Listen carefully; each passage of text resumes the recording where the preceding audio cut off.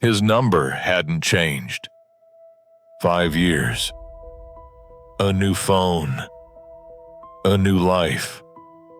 A new me. Or so I thought. But his number I knew by heart. Like multiplication tables. Like a poem you learn as a child. These things don't leave you. Not because you try, but because they have become part of you. When he wrote, 10 in the evening on an ordinary Tuesday in October, I stared at the screen for 3 minutes. 3 minutes without opening it. As if as long as I hadn't read it, nothing had happened. Then I opened it. Just, hey. One word. After 5 years of silence. I should have not replied. All my friends would have told me not to reply. I had told myself countless times over those few years that if he ever wrote, I wouldn't reply. I replied after 4 minutes. Because there are people, and they're rare, next to whom you feel like yourself. Not your best self, not the version you want to appear to be. Just yourself, without corrections. After whom everyone else seems slightly less real. Luca was exactly that kind of person. We were both 23 when we met. He rented an apartment on the floor above mine on Maple Street, where I lived for 4 years. We ran into each other at the mailboxes. He was carrying keys and grocery bags simultaneously. Dropped the keys. I picked them up. He said thank you, and looked at me for a long time, then asked if I wanted coffee. I said yes. 3 years. 3 years, this was the best story I knew from the inside. He cooked on Sundays. Always something complicated that took all day, and left me notes on the fridge. Silly notes. Funny ones. Sometimes just don't leave. Pasta in an hour. Sometimes you're beautiful when you're angry. Be angry more often. Sometimes just a sketch drawing of a coffee cup and an arrow pointing up, meaning he'd already made coffee and was waiting for me upstairs. He remembered everything. What I'd said 3 months ago in passing. What I had dreamed. What had bothered me in a conversation with a friend. What I would never order from a menu without asking how it was prepared. He knew how to be silent beside me, in a way that made the silence feel like a conversation. At 23, I thought that was how it was for everyone. At 29, I understood it wasn't. Then he was offered a job in Berlin. A major architecture firm. A serious project. The thing he had been thinking about for 2 years. I said I couldn't go. My mother was ill then. Not seriously, but she needed attention. Work. Everything called roots. He said he couldn't refuse. This was his chance. The one. These don't repeat. We were both right. That was our problem. We were both right, and there was no one to blame. He left in May. First 6 months. Calls every day, sometimes twice, then every 3 days, then once a week, then less, then not at all. No one betrayed anyone. No one met someone else. Life simply took us in different directions. Slowly, reluctantly, but it took us. That's sometimes worse than betrayal, because there's no one to be angry at. "Hey," he wrote. I replied, "Hey." A pause, a long one, maybe 10 minutes. "Are you in the city?" I looked at that question. So simple, so loaded. "Yes." "Are you?" "Moved back 3 months ago. For good." 3 months. 3 months he had been in the same city and said nothing. Then wrote, "Why now?" I didn't ask. Instead I wrote, "How are you?" A long pause. "Honestly, I think about you." I put the phone on the table, stood up, walked around the room, came back. "Luca," I wrote. "I know," he replied. "You don't have to say anything. I just wanted you to know." That was worse than if he'd asked me out. With an actual invitation, I would have known what to answer. With this, I didn't. A week later we met. I convinced myself, several times on the way there, that this was just coffee, old acquaintances. 5 years have passed. See how things are. Part ways. He was waiting outside the coffee shop on River Street. The first half second. Always a shock when you see someone after a long time. Your brain compares the image it's been keeping with what it actually sees. He had changed, and hadn't. Slightly older. There's something in his face that wasn't there at 23. His gaze calmer, more settled. But his smile, the same. Slightly crooked.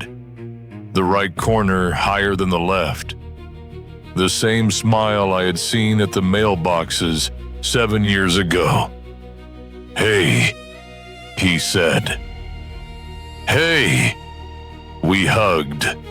Briefly, carefully, like people who don't know exactly what they are to each other now. Over coffee, the first 20 minutes were like talking from a script. "How are things?" "Good." "You?"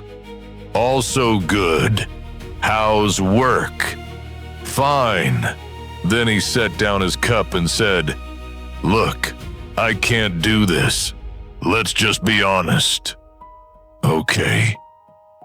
"I missed you," he said. Not in the sense of, we had something good, and I'm nostalgic. I thought about you, specifically. What you would say about this. What would make you laugh here. What you'd order from this menu, without asking how it was prepared. The last detail, so small, hit harder than anything, because he remembered. 5 years had passed, and he remembered. "Why are you telling me this?" "Because it's true. Luca, 5 years. I know. We can't just. I'm not asking for just," he said. This story honestly made me emotional. I think the hardest part isn't whether you still love someone after 5 years. It's whether you're willing to risk getting hurt again. But the way Luca came back, without pressure, without pretending the past never happened. Felt so real. Sometimes people don't get a second chance because they deserve it. They get one because they've grown into someone new. I'm asking to try, for real, knowing everything we both know. Long silence. Why did you say nothing for 3 months after coming back? He looked down at his coffee.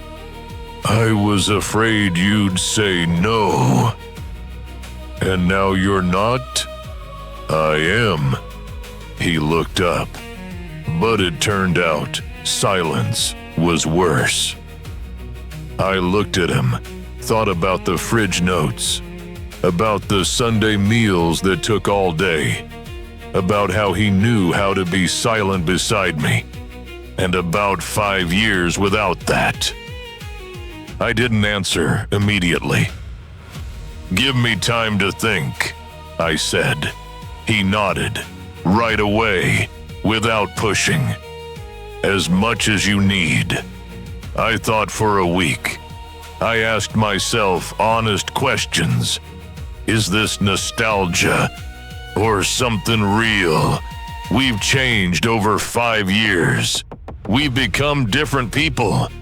Will we fit together again? Am I ready for the possibility that it might not work? For each question, I didn't have a ready answer. That itself felt like an answer, because if it were just nostalgia, I would know. 3 days later, he wrote, I found something. Can I show you? A photograph. Both of us at 23, standing at those same mailboxes. Someone had photographed us. We're laughing at something, not looking at the camera. I don't remember that moment.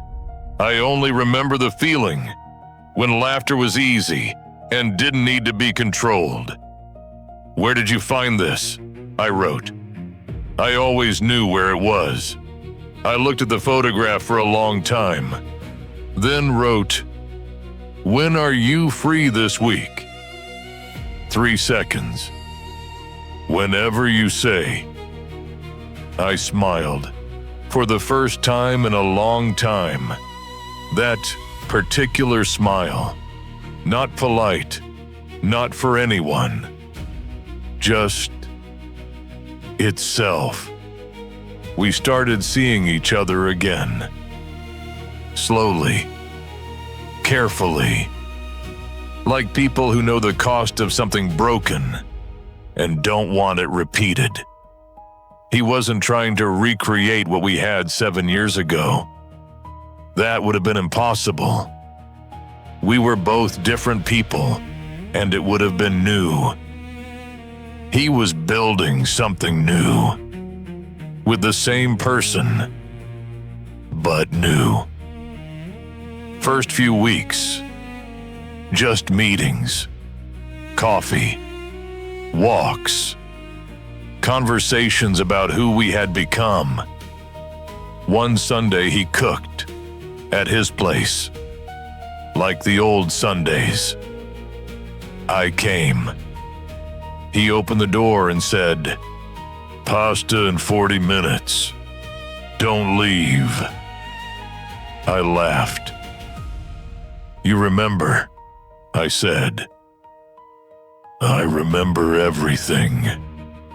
He said, not as a declaration of love, just as a fact. One evening, already a month in, we were sitting in his kitchen after dinner. He looked at me and said, I don't want to rush. I don't want to push. But I want you to know, I came back here for good. I'm not going anywhere. This isn't Berlin. This is here. I looked at him. Why are you telling me this now? Because you're probably thinking about it. And I think it's better to say it directly than have you wondering. I thought about it. You've changed, I said. Yes.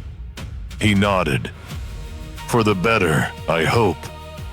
For the better, I said honestly. Silence. Good silence. You've changed too. he said. You've become not harder, more precise. You know what you need. Before, you didn't always know. I looked at him. You think that's good? I think that's you. He shrugged. I want you like this. We were quiet. Then I said, I'm afraid it won't work again. Me too, he said. But when things were really bad in Berlin, I thought about us, not about how we were, about how we could have been if we'd been a little older and wiser then. I kept thinking, it's a shame we weren't 30 back then. Now we're 30, I said. Exactly. I looked at him for a long time, thought about 5 years, about how they had changed us, about how that was perhaps necessary.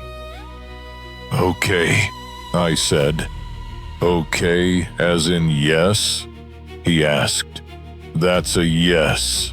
He didn't celebrate, didn't react dramatically, just exhaled quietly, like someone who has been holding something heavy for a long time, and finally set it down.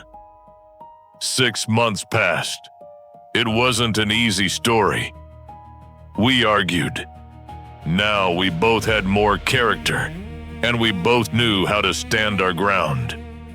There were moments when the fear came back. For both of us. But he was here. Cooking on Sundays. Leaving notes. And when I was having a hard time, he just sat beside me and was quiet. The way only he knows how. One day, I found a notepad on his desk. He had been sketching architectural ideas. He always did that when he was thinking. And in the margin at the bottom, in small letters, like written accidentally, a name. My name. He hadn't seen me find it. I put the notepad back, went to the kitchen, made coffee, stood by the window and thought about how some things come back. Not because that's how stories go, but because sometimes life gives you a second chance. And the important thing is not to miss it. I didn't miss it.